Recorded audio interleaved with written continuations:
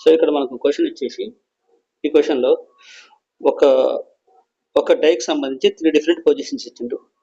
ఈ 3 different positions base చేసుకొని 1కి ఆపోజిట్లో ఏముంటుంది అది ఫైండ్ అవుట్ చేయమన్నాడు. 1కి ఆపోజిట్లో ఏముంటుంది ఫైండ్ అవుట్ చేయాలి. సో ఇక్కడ నెంబర్స్ మనకి ఏమున్నాయి 1 to 6 ఉన్నాయి. సో 1 to 6 అంటే ఆల్రెడీ మనకి 1కి ఆపోజిట్ కాబట్టి రిమైనింగ్ తీసుకుందాం మనం.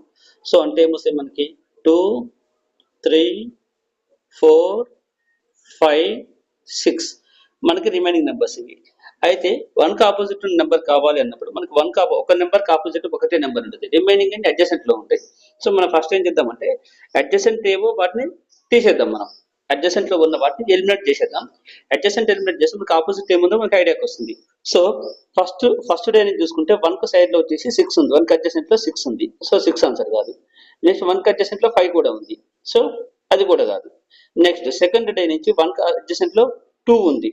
సో అది కూడా కాదు. 1కి అడ్జసెంట్లో మళ్ళీ 6 అంటే ఆల్రెడీ అది అయిపోయింది. నెక్స్ట్ థర్డ్ పొజిషన్ చూసుకుంటే 1కి అడ్జసెంట్లో 4 ఉంది. ఇక్కడ 1కి అడ్జసెంట్లో 4 ఉంది. మళ్ళీ 1కి అడ్జసెంట్లో ఇక్కడ 2 ఉంది. 2 ఆల్రెడీ ఎలిమినేట్ అయిపోయింది. సో మనకున్న 5 నెంబర్స్ నుంచి 2, 4, 5, 6 అన్ని పోయినాయి. సో 3 ఒకటి మనకి ఎక్కడ ఉందో అవైలబుల్లోకి రాలేదు. సో 1కి ఆపోజిట్ ఉన్న నెంబర్ వచ్చేసి 3 అవుతుంది.